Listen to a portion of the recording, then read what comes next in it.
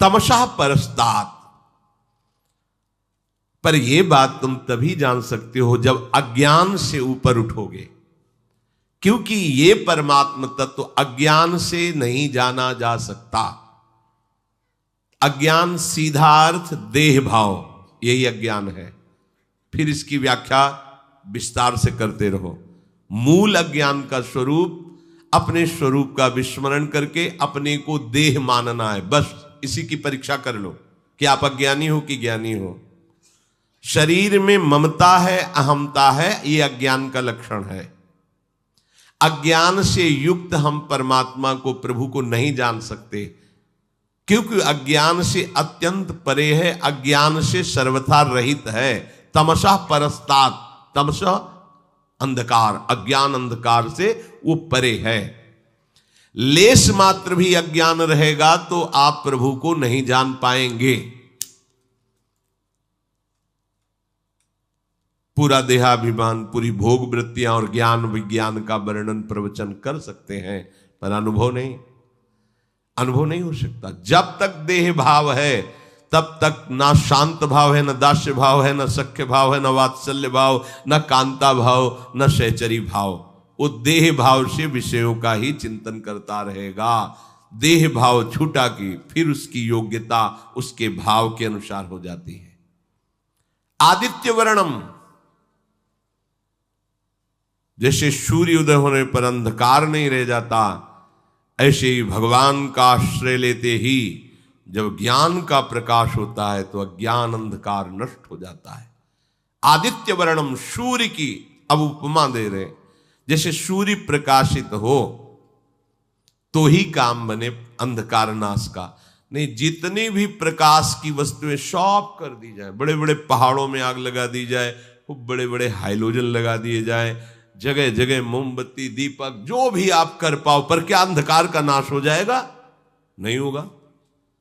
जहां ये प्रकाश की व्यवस्था नहीं होगी, बगल में ही अंधकार छाया रहे। और सूर्य उदय भी नहीं होता, उसके पहले ही अंधकार नष्ट हो जाता है। देखो, सूर्य उदय नहीं हुआ पर प्रकाश छाने लगता है। हमें उस समय किसी लाइट की जरूरत नहीं होती। अभी देख लेना, सूर्य जैसे जैसे उदय होने का नजदीक समय आएगा, अंधकार नष्ट हो जाएगा। सूर्य उदय हुआ कि फिर अंधकार की खोज भी नहीं, घर की आंतरिक कोठरी में भी प्रकाश झलकने लगता है। ऐसे ही चाहे जितना साधन कर लो, वही हाइलोजन, मोमबत्ती, ये सब प्रकाश, अंधकार नहीं जाने वाला। एकमात्र सूर्य ही है जो अंधकार का नाश कर देता है। एकमात्र भगवान का आश्रय और उनका निरंतर सुमिरन ही तुम्हारे अज्ञान अंधकार को नष्ट करेगा। अन्य तपस्या आदि बड़े बड़े साधन वही है अंधकार नष्ट करने की यंत्र, लेकिन सूर्य नहीं है। सूर्य कौन है? आदित्य वर्णम, भगवान। भगवान का आश्रय, भगवत भजन, ये सूर्य की तरह प्रकाश। हृदय में कहीं भी अंधकार नहीं। अज्ञान तिमिरांधस्य ज्ञानांजन शलाकया चक्षुरुन्मीलितम मेन तस्मै श्री गुरुवे नमः।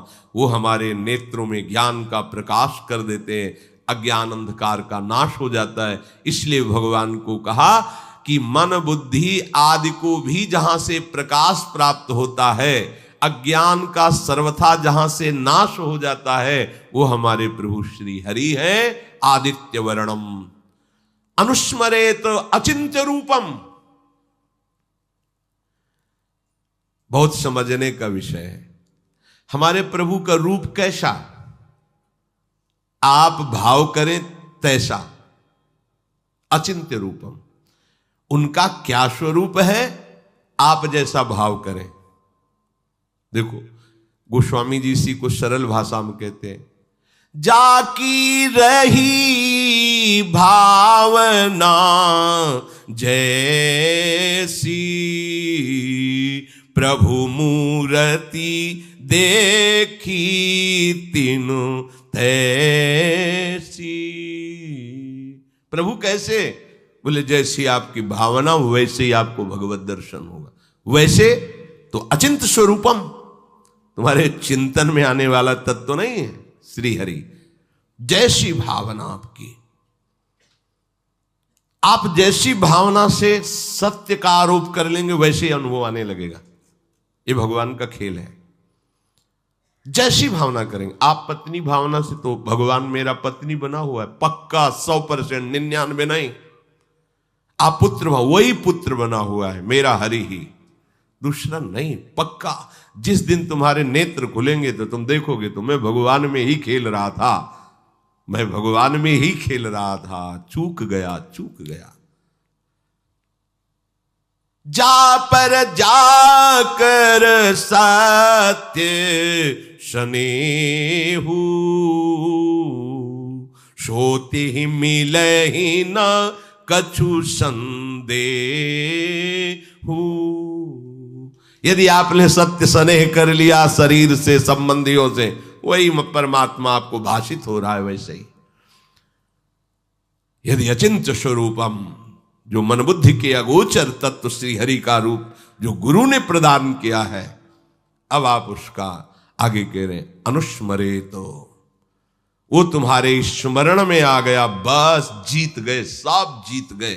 वो ऐसा अणो अणियान महतो महियान, वो अनुशासितारम, वो कविम पुराणम, वो परमात्म तत्व तुम्हारे हृदय में आ जाएगा, हृदय में।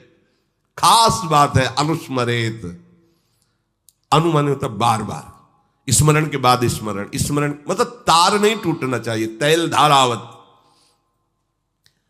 वो सर्वज्ञ, वो अनादि, सबके शासक, परमाणुओं से भी अत्यंत सूक्ष्म, सबका धारण पोषण करने वाला धाता, अज्ञान से अत्यंत परे, सबको प्रकाशित करने वाला, चाहे उसे सगुण बोलो, निर्गुण बोलो, साकार बोलो, निराकार बोलो, वो सब का सब तुम्हारे हृदय में अपना वैभव प्रकाशित कर देगा। बस तुम्हें जरूरत है अनुस्मरेत, अनुस्मरेत, स्मरण, परिस्मरण, परिस्मरण, तो बार बार स्मरण। यस्य स्मरण मात्रेण जन्म संसार बंधनात् विमुच्यते, जिसके स्मरण परिस्मरण करने का प्रभाव क्या होता है, विमुच्यते, वो जन्म के कर्म बंधन से, मरण भाव से मुक्त होकर चिदानंद स्वरूप में स्थित हो जाता है।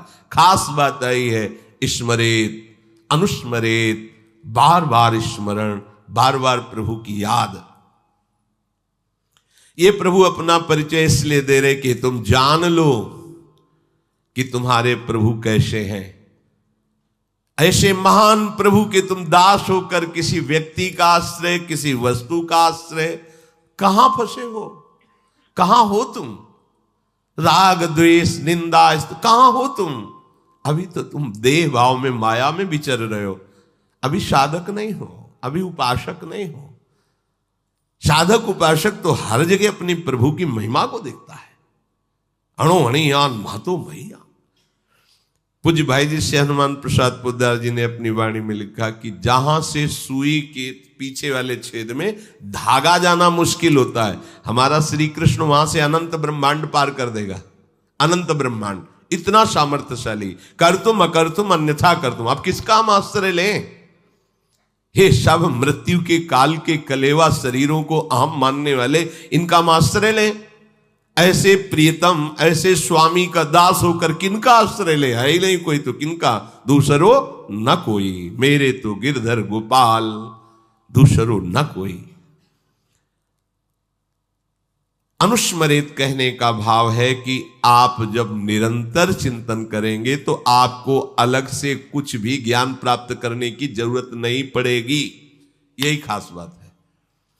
अगर हम निरंतर भगवत स्मरण कर रहे तो सच्ची मानिए, जो भगवान शंकराचार्य को ज्ञान है वही आपको हो जाएगा ज्ञान। जो भक्ति आचार्यों के हृदय में वो आपके हृदय में आ जाएगी, क्योंकि भगवान का नाम ही आचार्य है, गुरु है, ग्रंथ है, पंथ है। सच्ची बात कह रहे हैं, यहां टिकना बड़ा कठिन होता है। अगर नाम चल रहा है तो कोई ऐसा ज्ञान नहीं है जो आपके हृदय में प्रकाशित न हो जाए, पर इस पर विश्वास नहीं होता। व्याकरण पढ़ करके बहुत अच्छे संस्कृत के लक्ष्यदार भाषण दिए जा सकते हैं, लेकिन सत्य सच्चिदानंद से चित्त जोड़ने पर बात बनेगी। और आगे जब बढ़ेंगे तो अंतःकरण धर्म से त्याग वृत्ति होकर जब स्वरूप की तरफ, कोई पढ़ाई लिखाई की वहां गुंजाइश ही नहीं है। प्राय भटकना मिटता नहीं है। बड़ा अच्छा लगता है जब अपने आगे लिखे व्याकरणाचार्य या शास्त्री या मध्यमा जब आगे लिखे तो बहुत अच्छा लगता है। जब आगे लिखने के लिए कुछ है ही नहीं है तो फिर एक ही अच्छा लगता है, प्रियालाल के सिवा कोई नहीं। और ये बात समझ में आ गई तो सब आचार्यों का, सब महापुरुषों का मत आपको प्राप्त हो गया है। ये बात समझना कठिन होता है। जिन्होंने कभी स्कूल नहीं देखा, पढ़ने नहीं गए, ओ राम राम राम राम या एक ओम द्वि ओम तीन ओम ब्रह्म बोध संपन्न, उनकी वाणी और वेदांत के सूत्र मिला लो जाके, उनकी बोली हुई बात वेदांत में होगी, शास्त्रों में होगी, ढूंढ लो। क्यों? वो निरंतर नाम में रत है। बहुत ज्ञान, बहुत विद्या और संसार के ही भोगों में रति। क्या विद्या? विद्या पढ़ी कर तो फिरो औरन को अपमान, नारायण या विद्या नहीं, सब विद्या धूर समान। किस काम में आई? अनुस्मरेत, एक भी क्षण व्यर्थ मत करो, सबका सार है भगवद स्मरण। श्यामा श्याम के चिंतन में डूबे हुए हैं। नाम चिंतन, मंत्र चिंतन, वाणी गायन, अंदर ही वाणी गायन च शांत। तो बोले फिर क्या होगा, इसका परिणाम क्या होगा? तो प्रयाण काले मनसा चले न, भक्त्या युक्तो योग बले न चैव, भ्रुवोर्मध्ये प्राणमावेश्य सम्यक सतम परम पुरुषमुपैति दिव्यम। फिर आपको कह रहे हैं जैसे योग मार्ग में होता है, शब्द कमलों का वर्णन आता है, जो इनको भेद करके वो फिर ब्रह्म को प्राप्त होता है। कुंडलनी जागरण, कई तरह की यौगिक चमत्कारमयी वृत्तियां वर्णन योग ग्रंथों में आता है। हम आपको अनुभव की बात कहते हैं, वो भी किए हैं, क्योंकि संन्यास मार्ग में चले तो नैष्ठिक ब्रह्मचर्य के समय था प्राणायाम, पद्मासन, संयम, नियम, जो जैसे गुरु कृपा से नाम में इतनी सामर्थ्य, बिना किसी प्राणायाम और पद्मासन लगाए अपने आप आपके जो चाहिए वो प्राप्त हो जाएगा। सप्त कमलों का भेदन, कुंडलिनी का जागरण, सुषुम्ना नाड़ी का खुल जाना, ब्रह्मरंध्र से चिंतन होने लगना। आप जब अच्छे से भजन करोगे तो आप देखोगे यहां हल्का सा दर्द शुरू हो जाता है। यह आज्ञा चक्र कुतकुताहट से मीठी मीठी दर्द, जब आप अच्छे साधक होगे तो। अगर आपका ब्रह्मचर्य ठीक नहीं तो ये सब कहानी है, ये फिर केवल कथा सुन लो। अगर आप ब्रह्मचारी हैं, संयमी हैं और आप नाम जापक हैं तो आप देखना हल्का सा यहां आज्ञा चक्र में एक मीठा मीठा दर्द। वो ऐसा नहीं कि दुखद हो, पर वो एक ऐसा है, यहां एक वो शब्द है। जब यहां शुरू होगा तो आपकी दृष्टि जो है वो एकाग्र होने लगेगी, नासाग्र, बिना नासाग्र किए वैसा भार पड़ता है आनंद का कि वो नेत्र अपने आप ऐसे अर्धनिमीलित नेत्र होने लगते हैं। और फिर मंत्र यही ऐसे जैसे ऐसे प्रकाशित होता रहता है, बार बार बार बार। उसके आनंद का वाणी की सामर्थ्य नहीं, कोई यौगिक क्रिया नहीं, कोई पद्मासन नहीं, पैर फैला बैठे, सोफा में बैठे, कैसे नाम चल रहा ना, इतनी हीट पैदा हो रही, ऊर्जा शक्ति आध्यात्मिक, आज्ञा चक्र खुल रहा है अपने आप। ये जो सप्त चक्रों का भेदन है, बिना किसी प्रयास, हम ये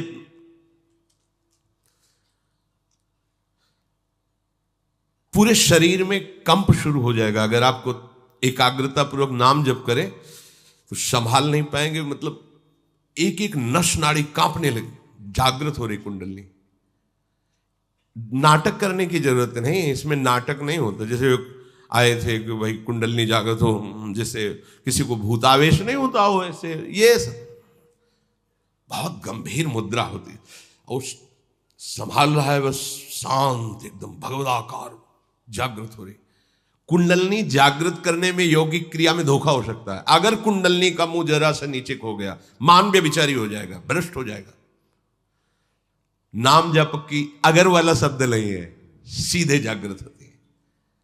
कौन सी सिद्धि है, कौन सा ऐसा परम लाभ जो नाम जप से नहीं प्राप्त। अच्छा, कुंडलनी जागरण का फल क्या होगा? भगवत प्राप्ति अगर ना हो तो किस काम का रहेगा? नाम सीधे फल की प्राप्ति कराता है। इसमें जो वर्णन इसलिए इसका किया कि ये अलग से तुम्हें नहीं करना कि आसन में बैठ कर नासाग्र दृष्टि करके भ्रू मध्य का, ये अपने आप होता है, अपने आप होता है। कई बार ऐसे ऐसे करके दबाने का होता है कि यहां दबाओ ऐसे। बहुत समय तक हमने गुरुदेव भगवान के पास सर दर्द की बाम देखी है, ऐसे रखी शाम के ऐसे ऐसे चिंतन से नस इतना मजबूत थोड़ी नस नाड़ियां, निरंतर चिंतन के प्रभाव से 1 बजे रात्रि की जगह देखा गुरुदेव भगवान ऐसे बैठे। कब सोते हैं, कब यमुना जी से हमारे तो सुबह देखा थोड़ा लेटे हैं, कभी प्राणायाम ये सब कहीं, वहां प्रश्न ही नहीं, हर समय सब जागृत हो जाएगा। सब जब आग लगेगी तो कुछ नहीं बचेगा, सब भस्म हो जाएगा। ये नामाग्नि ज्यों ही प्रकट होगी, सब काम क्रोध सब भस्म, सब यंत्र खुल जाएंगे, सब सिद्धियां आ जाएंगी। विश्वास करो, अलग अलग से एक एक ठीक करने की जरूरत नहीं, सब जागृत हो जाएंगे। भक्ति युक्त उपासक अंत समय में अचल मन से और योग बल के द्वारा भ्रकुटी के मध्य में प्राणों को अच्छी तरह से प्रविष्ट करके शरीर छोड़ता है तो उससे परम दिव्य पुरुष की ही प्राप्ति होती है। योग बलेन, योग से अगर आपको लगता हो कि अष्टांग योग का भगवान इशारा कर रहे हैं, मान लीजिए आप, लेकिन हमारा इशारा अलग जा रहा है भगवान के ही वचन से।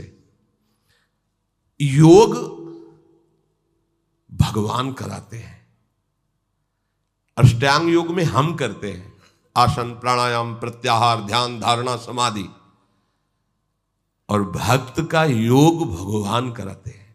तेषाम शतत युक्ता नाम भजताम प्रीति पूर्वकम ददामि बुद्धि योगम तम, ददामि मैं देता हूं उसे, योग बल मैं प्रदान कर, महायोगी श्री कृष्ण है।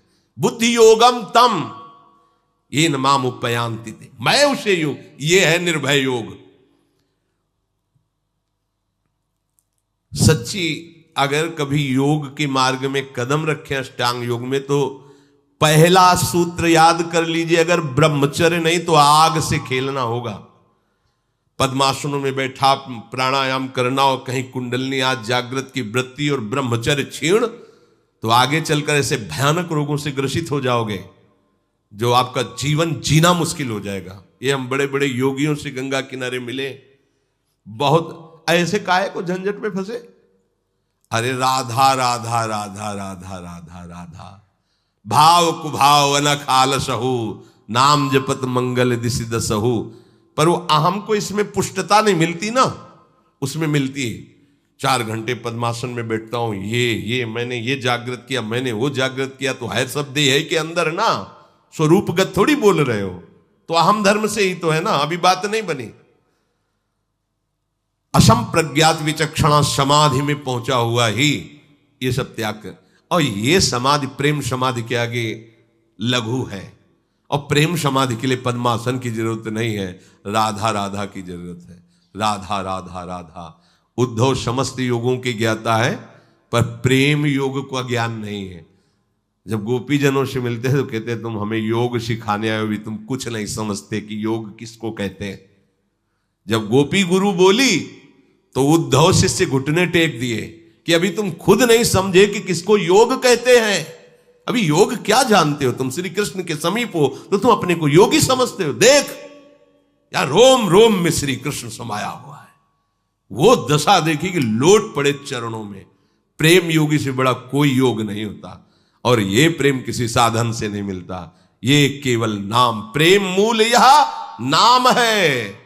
प्रेम का मूल क्या है? नाम है। प्रेमी रसिक जपत यह नाम, प्रेम मगन निज बन विश्राम, श्री हरिवंश जहां राय। प्रेम प्रवाह परय मन सोई, तब क्यों लोक वेद शुद्धि होई, जब हरिवंश कृपा करी। अब व्रत संयम तब कौन कराए? प्रेम प्रवाह में बहता हुआ मन युगल सरकार की दिव्य लीलाओं में आप कौन है? प्रेम मूल यह नाम है। प्रयाण काले मन सा चले, ये योग बल से अपने। और यहां लाडली जो आती हैं, लाडली जो, तुम प्रेम मार्ग के पथिक हो, बात पर विश्वास करना तभी समझ में आएगा। हम प्रमाण नहीं दे सकते इसका।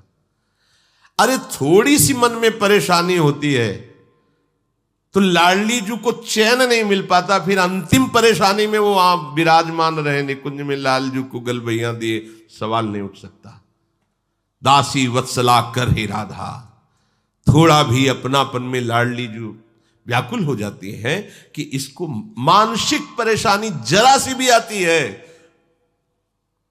कहीं भी हो, देखा है कहीं भी हो, कोई क्षण ऐसा नहीं कि उनका दास उदास हो जाए और वो चुप बैठे रहे।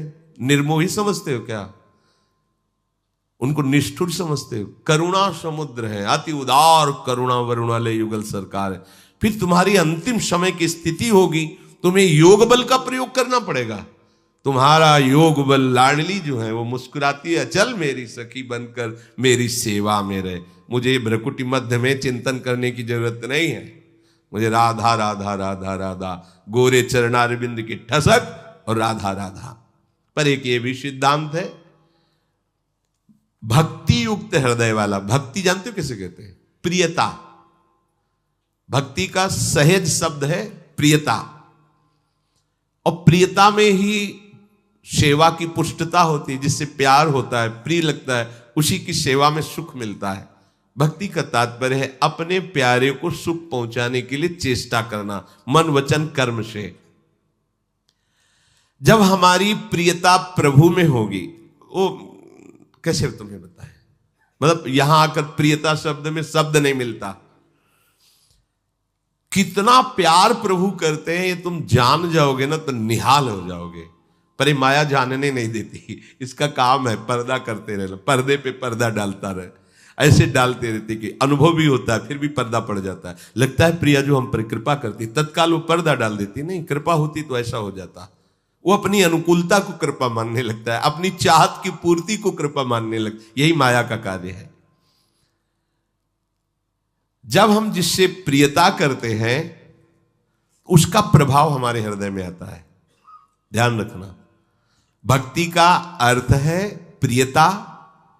प्रियता का स्वभाव है जिससे हम प्यार करते हैं उसको सुखी देखना, उसको सुख पहुंचाना। इसमें एक शक्ति प्रकट होती है, जो हमारा प्रीतम है उसके मन को आकर्षित कर लेना, यह आंतरिक वृत्ति है। भक्ति का नाम है प्रियता। प्रियता का अर्थ है अपने प्यारे को सुखी देखना, सुख पहुंचाना, और इस सुख पहुंचाने की वृत्ति का फल है कि जिसको सुख पहुंचा रहे हैं उसके मन को अधीन कर लेना, मन को आकर्षण कर लेना। अब मन को आकर्षित किया तो आपका मन, उनका मन, उनका मन, आपका मन, दो मन नहीं रह गए। अब मनसा चले न अचल हो गया मन, अचल हो गया मन। हमारा मन प्यारी जू का मन हमारा मन बन जाएगा।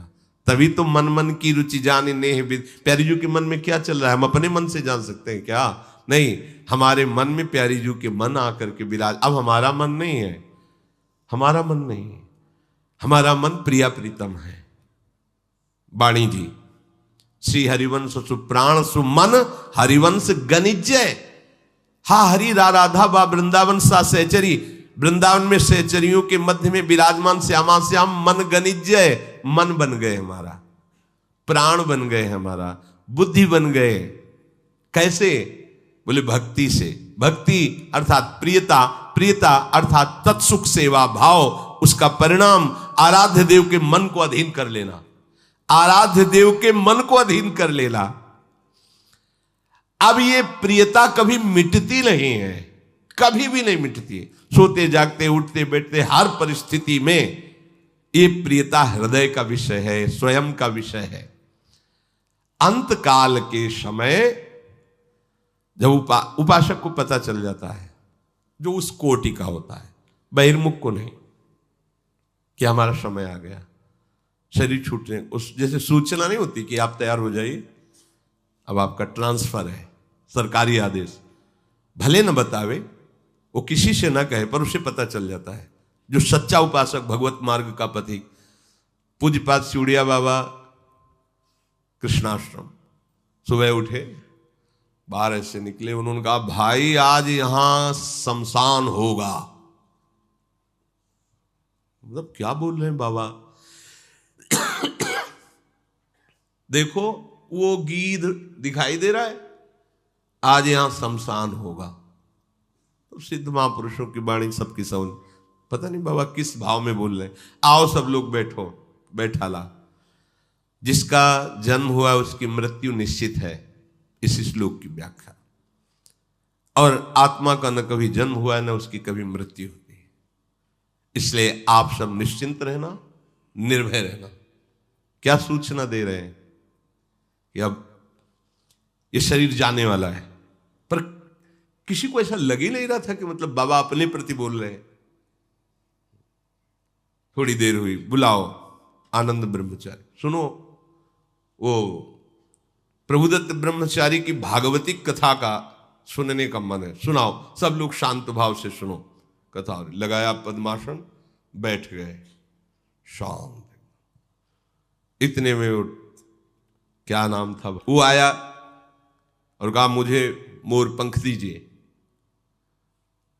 बाबा की शरण में रहता था, वहीं आश्रम में रहता था, और कह सकते हैं कि शिष्य ही था, तभी तो आश्रम में रह रहा था।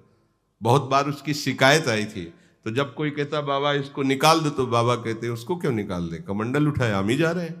तो फिर रोक लेते, किसी की हिम्मत नहीं पड़ती। संतों के हृदय को तुम संसारिक दृष्टि से नहीं तौल सकते हो। मना किया है, तुम्हारी जो सेवा करो जाके। वो गया और गड़ासा लाया, जिससे चारा काटा जाता है ना, वो गड़ासा हाथ वाला, और कंबल ओढ़ करके आया। किसी की ऐसी संभावना ही नहीं थी। आके 6-6 इंच गड़ासा घुस गया खोपड़ी में से बाबा का, ऐसे बड़े बलपूर्वक, ऐसे 4-5 बराबर लगातार। तो जैसे फव्वारे नहीं उठते, ऐसे खून के फव्वारे बाबा के, और जो गड़ासा लगा हुआ ओ शांत। अब उनको पता था ना कि आज ट्रांसफर इस शरीर से हटना है। तो ऐसा नहीं कि इसी कोटि के महापुरुषों को होता, ऐसा नहीं। अगर आपने चित्त जोड़ दिया तो आपको सूचना मिल जाएगी, अब आपके शरीर छोड़ने का समय, सावधान। भाई जी महाराज सबको बुलाए थे शरीर छोड़ने का, अब हम जा रहे हैं। लाखों हजारों लोग ऐसे इकट्ठे, सबसे की अगर जीवन में कोई गलती हुई हो तो आप सब क्षमा कर देना। अब हम प्रियाजू के पास जा रहे हैं, राधा सबके बीच में, ऐसे जैसे कोई विदा विदाई होती ना, ऐसे। अंत काल के समय आपका भाव अपने आराध्य देव में अचल हो जाएगा, यदि जीवन भर अभ्यास किया है भजन का। भजन कोई साधारण वस्तु है, कोई भजन करने वाले को नहीं बिगाड़ सकता। यहां प्रभु वर्णन करते हैं कि जिसने पहले प्राणायाम किया है वो प्राणों का संयमन कर।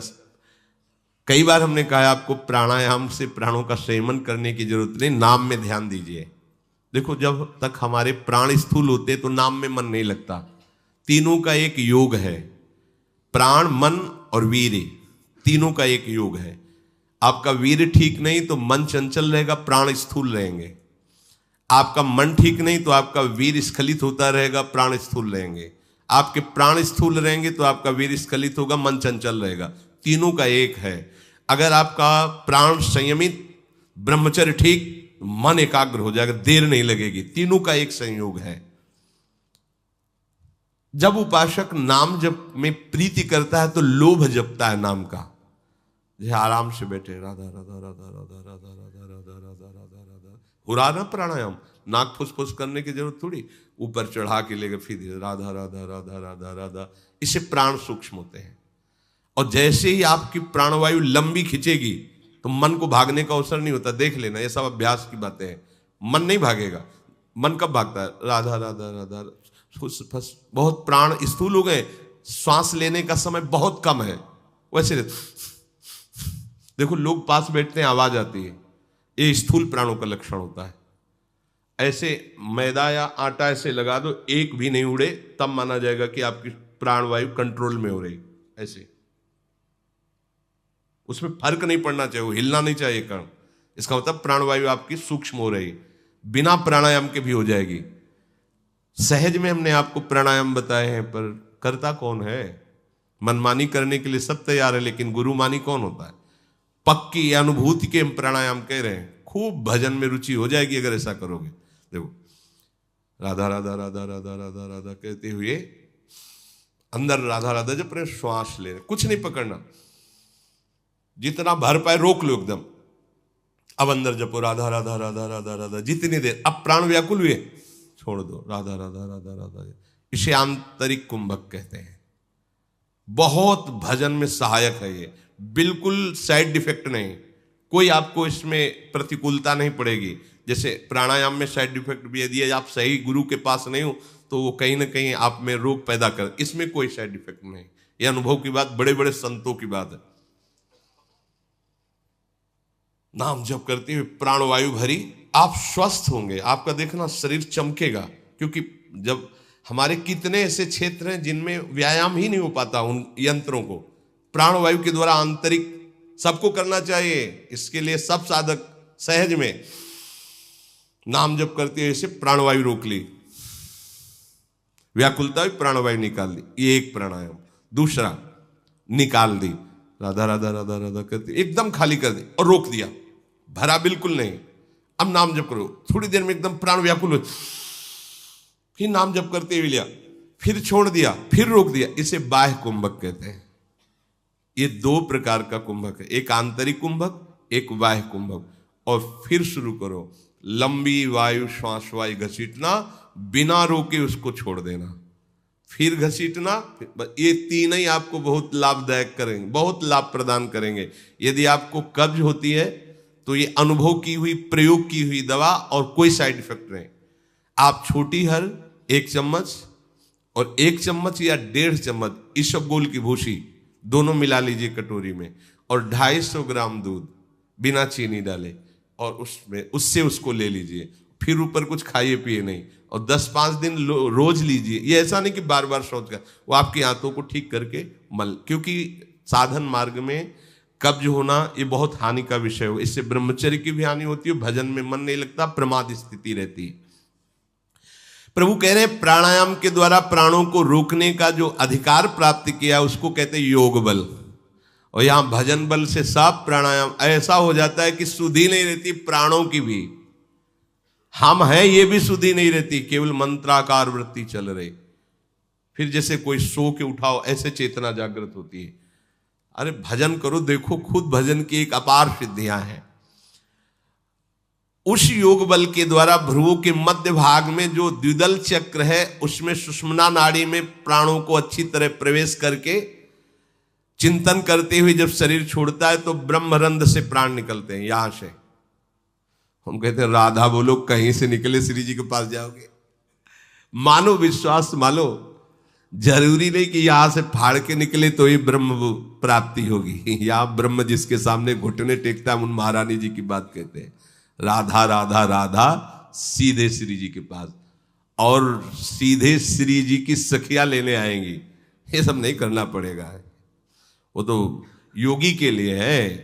हम लोग योगी नहीं हैं, हम अपनी प्यारी जू के चरण दास्ता से, हमारी तो बस मेरी महारानी श्री राधा। इसी से ये भगवान श्री कृष्ण से बड़ा कोई योगी है? योगिंद्रों मुनिंद्रों के गुरु परम योगी राज श्री कृष्ण, वो जहां घुटने टेकते हैं उन गुरु के हम चेला है। श्री राधा जुग चरण निवास, हमें योग हमारा योग है महारानी जी, हमारा योग है राधा नाम, हमारा योग है लाडली जू की आरती करना, लाडली जू का श्रृंगार, लाडली जू का भोग। तो हमें लेने के लिए लाडली जू का परिकर आएगा, ऐसा विश्वास करोगे आएगा? मेरे को कहां लाडली जू का परिकर आएगा? यमराज का परिकर, तो यमराज का परिकर आएगा। आप जैसा काहे को तुम अपना परिचय अन्य जगह रख रहे हो? केवल लाडली जू, जैसे आप बैठे हो ऐसे परिचय होता है प्रभु का। ऐसे नहीं तो आंख मुंदी ध्यान में परिचय। हमारे प्रभु ऐसे नहीं, जैसे आप बैठे हो ऐसे परिचय, निहाल हो जाओगे। बस चुपचाप एक भरोसा ले लो, एक आश्रय ले लो। बड़ा कठिन है ये, 10वां द्वार फोड़कर प्राण निकलना बड़े दुर्लभ योगियों को, और जो योगींद्रों मुनिंद्रों के लिए भी दुर्लभ है, वो प्रभु जहां कृपा की याचना करते हो, वो मेरी लाडली जो है, मेरी प्रिया जो है, मेरी, ऐसा आता है आपको हृदय में कि मेरी प्यारी जो है? अगर आने लगा है तो बहुत बड़ी ऊंचाई पर आप चढ़ रहे हैं। हमारी प्रिया जो है ना, प्रिया जो वही हमारी प्रिया जो ना, राधा हमारी स्वामी जी की बात कर रहे हो ना, अगर ये आ गया है ना तो आप 10वें द्वार के ऊपर भी चढ़ गए हो। यहां इसका मतलब ले रह जाता भैया, इसका मतलब ले, वहां योगी को तो मतलब है कि सुषमना से ब्रह्मरंध चीर के जाए। यहां स्थूल सूक्ष्म कारण का संबंध ही खत्म, नए चिदानंद रूप का सृजन। जो सहचरी बपू वहां फोड़ने फाड़ने की बातें नहीं रह जाती। जैसे सांप अपनी केचुल का त्याग कर देता है, ऐसे रसिक अपने तीनों शरीरों का त्याग कर देते हैं। जीते जी स्थूल और सूक्ष्म और कारण और भावदेव सहचरी बपू से जीते जी श्री जी के पास रहे, तो फिर फोड़ने फाड़ने की बात ही नहीं रहती। ये हम आपको बड़ी सूक्ष्म बात बता रहे हैं कि आप हमारी श्री जी के आश्रित हो, राधा नाम ले रहे हो, बिल्कुल चिंता न करना। जहां योगियों की पहुंच नहीं है ब्रह्मरंध फूटने के बाद, वहां आपकी पहुंच होगी। बस राधा पराविद्या, ये 2 अक्षर से अपना संबंध जोड़ लो। अगर आपका गुरु मंत्र का ध्यान नहीं बनता तो सामने राधा नाम का ध्यान करो और गुरु मंत्र का जप करो। यह हम अनुभव की बात तुम्हें कह रहे हैं। अगर आपका पूरे मंत्र के ध्यान में मन नहीं लगता तो राधा, और अंदर से जपो गुरु मंत्र और ध्यान में रखो राधा नाम, बस बेड़ा पार। देख लो, मन को भागने की जगह नहीं, क्योंकि उसे 2 जगह फंसा लिया। इसकी चाल है, ये दुमुहा सांप की तरह सरकता रहता, कभी इधर कभी इधर। तो इसको हम 2 जगह फंसा देते हैं, एक तो ध्यान में और एक सुमिरन में। ध्यान में राधा नाम और सुमिरन में गुरु मंत्र है। अगर ध्यान राधा नाम का चल रहा और सुमिरन में चूक पड़ेगी तो मंत्र लड़खड़ा जाएगा। और अगर हमारा कहीं मन भागेगा तो दोनों एक साथ चल ही नहीं सकता, ना ध्यान न मंत्र, फंस जाएगा, बहुत जल्दी मन फंस जाएगा। करो आप ऐसा, राधा नाम का ध्यान करते हुए गुरु मंत्र का जब, अगर पूरा मंत्र होता है तो बढ़िया, नहीं होता तो ध्यान करते हुए। तम परमम पुरुषो मुपैति दिव्यम, वो परम पुरुष, दिव्य पुरुष की प्राप्ति हो जाती है उसको, जो भक्तिमय चित्त से निरंतर भजन करता रहता है और योग बल से अपने प्राणों को भूमध्य में लाकर ब्रह्मरंध से, वो ऐसे परम पुरुष दिव्य को प्राप्त होता है। और नाम जापक कोई सब स्वाभाविक प्राप्त हो जाता है, कोई नहीं, कुछ नहीं करना पड़ता, आप चिंता मत करो। पर नाम में ऐसी प्रीति होनी चाहिए कि नाम श्वास 2 बिलक चलत है, इनको भेद नमो को भावे। श्वास ही नाम, नाम ही श्वासा, नाम श्वास को भेद। ये नाम योग है, बहुत बड़ा योग है। कभी किसी योगी के अधीन प्रभु को नहीं देखा गया, कहीं भी आप उठा के देख लो, ग्रंथ पंथ संत महामहिमा, पर प्रभु अधीन है ऐसा नहीं देखा। किसी योगी का पानी भरते हुए प्रभु नजर आए हो, कभी किसी योगी के चरण दबाते नजर आए हो। नाम जापक की सारी महिमा देखी गई। मुख में मधुर मधुर नाम चल रहा है, प्रभु की दास्ता से युक्त है, और स्वयं प्रभु उसकी दास्ता में बैठे हुए। ये बड़े विचित्र नाम की महिमा पर प्रीति नहीं होती। इतना सब सुनते हुए भी नाम में प्रीति नहीं होती। यही हमारा दुर्भाग्य है कि महामहिम नाम की महिमा सुन रहे हैं, हम पढ़ रहे हैं, जप रहे हैं और देख भी रहे हैं। जितने बड़े बड़े सिद्ध संतों के चरित्र पढ़ के देखा, जिनके साथ प्रभु की स्वयं लीला प्रकट में हुई, वो सब नाम जापक महात्मा मिले। कोई भी ऐसा नहीं कि कोई और योग बल लिए हो, नाम जापक प्रभु की दास्ता से युक्त। वही तो आप भी मार्ग चयन किए हैं, पर आप विश्वास नहीं कर पाते नाम में, प्रभु की दास्ता में।